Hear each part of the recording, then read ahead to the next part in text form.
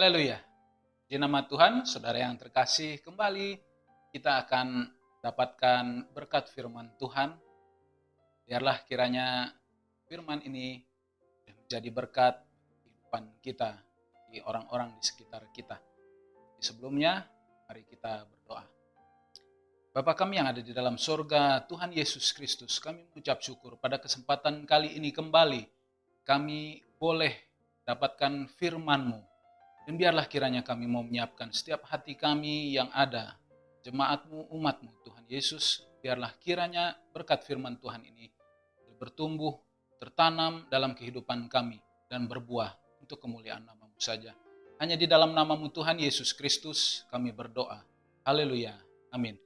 Saudara yang terkasih, pada kesempatan kali ini kita akan belajar ada satu kesempatan yang Tuhan Yesus buka bagi kehidupan kita, supaya kita memperoleh keselamatan atau kehidupan yang kekal ini.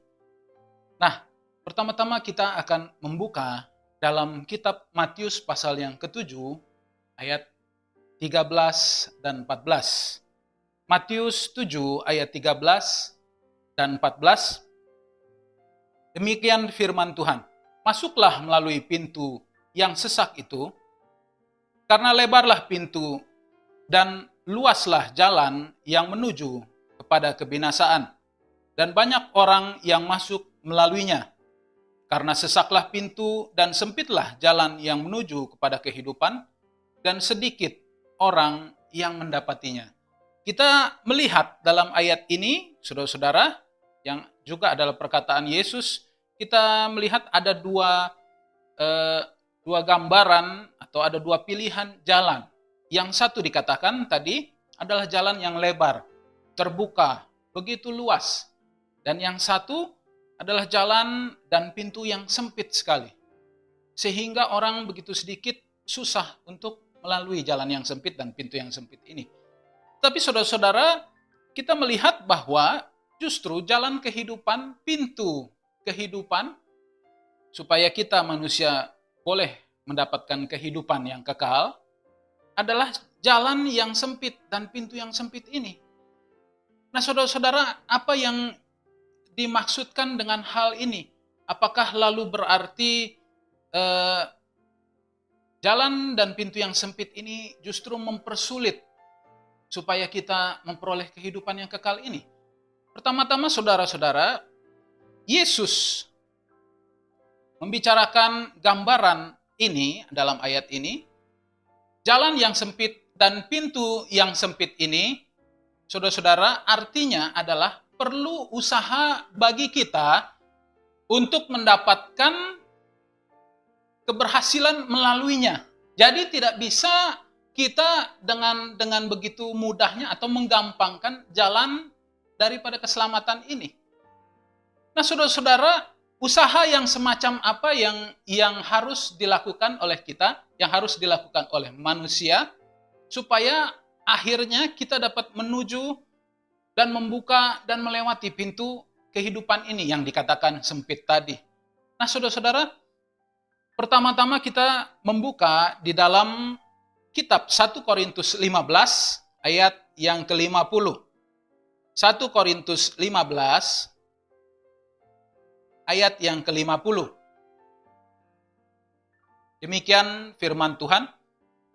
Saudara-saudara, inilah yang hendak kukatakan kepadamu, yaitu bahwa daging dan darah tidak mendapat bagian dalam kerajaan Allah, dan bahwa yang binasa tidak mendapat bagian dalam apa yang tidak binasa. Jadi saudara-saudara, jalan yang sempit, pintu yang sempit menuju kepada kehidupan bukanlah ditujukan supaya mempersulit kita manusia untuk mendapatkan keselamatan yang kekal ini atau kehidupan yang kekal ini. Bukan, saudara-saudara. Seolah-olah kita dibuat supaya tidak bisa mendapatkan kehidupan yang kekal ini. Bukan. Yang dimaksudkan, saudara-saudara, sesuai dengan ayat dalam 1 Korintus tadi yang baru saja kita baca, adalah bahwa daging dan darah tidak mendapat bagian dalam kerajaan Allah. Hal ini memang sejak semula, kalau kita mau ingat dalam pelajaran yang sudah pernah kita dapat, saudara-saudara, bahwa kita atau manusia pada awalnya adalah hidup dalam keadaan yang sempurna. Tetapi karena dosa yang dilakukan manusia, maka manusia atau kita hidup dalam keadaan yang seperti sekarang ini, dalam tubuh jasmani ini. Jadi saudara-saudara, ketika kita mau masuk dalam kehidupan yang kekal, kerajaan yang mulia, yang abadi itu, maka kita harus dikembalikan dalam keadaan yang sempurna juga.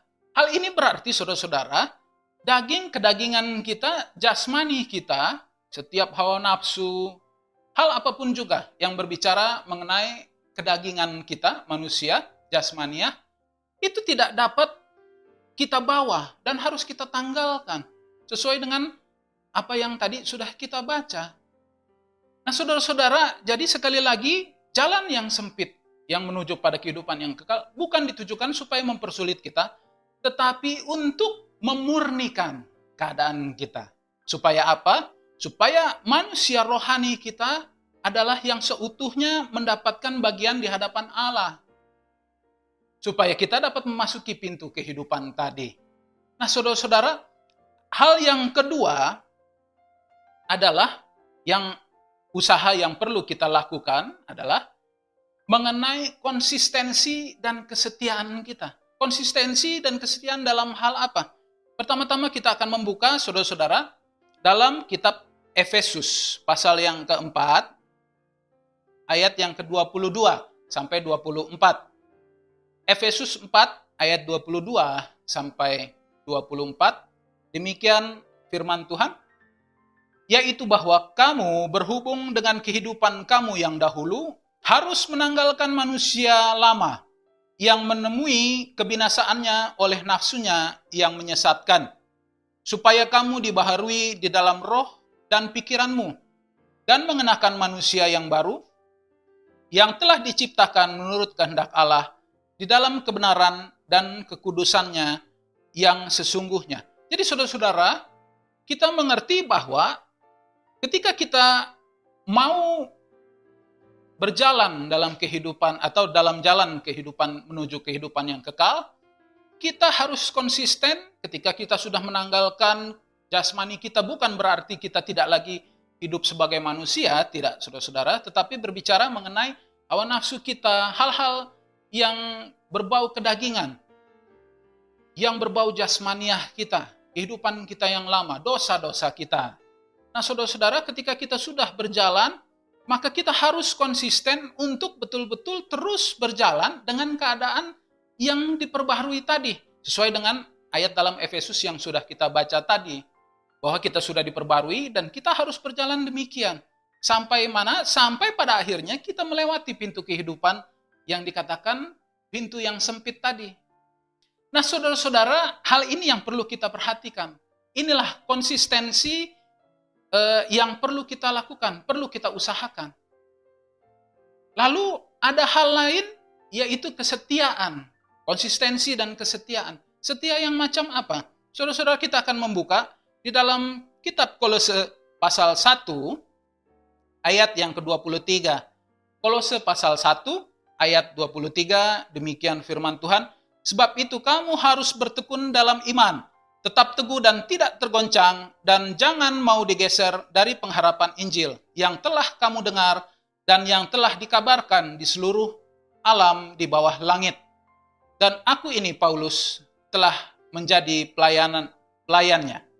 Nah, saudara-saudara, kita melihat bahwa Paulus mengajarkan kepada jemaat di Kolose, dan yang pada saat ini kita baca, menjadi pengajaran buat kita, pelajaran buat kita, adalah kita tetap setia, bertekun dalam iman. Tadi dikatakan tetap teguh dan tidak tergoncang. Dalam keadaan yang seperti apapun juga. Kesusahan hidup, lalu himpitan sosial, ekonomi, dan semuanya, keadaan-keadaan yang seperti sekarang ini mungkin yang kita alami, atau yang mayoritas manusia alami, termasuk anak-anak Tuhan. Jangan sampai keadaan ini lalu menjadi penghambat. Jangan sampai lalu keadaan ini membuat iman kita, keteguhan kita, ketekunan kita dalam mengiring Yesus, dalam iman kita, percaya kita kepada Yesus, menjadi luntur. Jadi saudara-saudara, kita harus setia dalam pengharapan Injil ini. Jadi ketika kita sudah memutuskan berjalan dalam jalan kehidupan yang dikatakan tadi, jalan yang sempit, pintu yang sempit, sedikit orang, tidak banyak orang yang mampu melaluinya, maka kita harus konsisten. Kita harus betul-betul, kalau kita sudah meninggalkan kehidupan kita yang lama, kita tanggalkan. Jangan kita ungkit-ungkit lagi. Jangan kita hidupkan lagi. Sebab kita sudah menjadi manusia yang baru. Dan kita harus setia dalam pengharapan kita. Kita harus setia dalam mengiring Yesus. Supaya apa saudara-saudara? Kita boleh mencapai pintu kehidupan yang dikatakan Yesus tadi. Kita boleh membukanya, kita boleh melaluinya. Dan kita sama-sama memperoleh kehidupan yang kekal. Puji nama Tuhan, saudara-saudara yang terkasih. Pemberitaan firman Tuhan pada saat ini biarlah kiranya boleh menjadi berkat dan kekuatan bagi kita. Kita mau berdoa dan mengakhiri ibadah kita pada saat ini.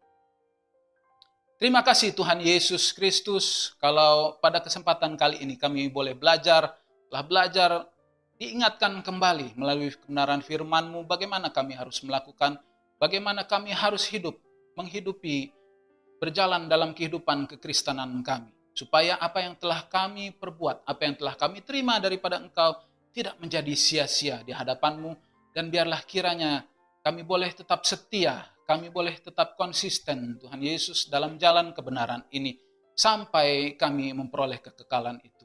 Hanya di dalam nama-Mu Tuhan Yesus Kristus kami berdoa dan ucap syukur. Haleluya. Amin.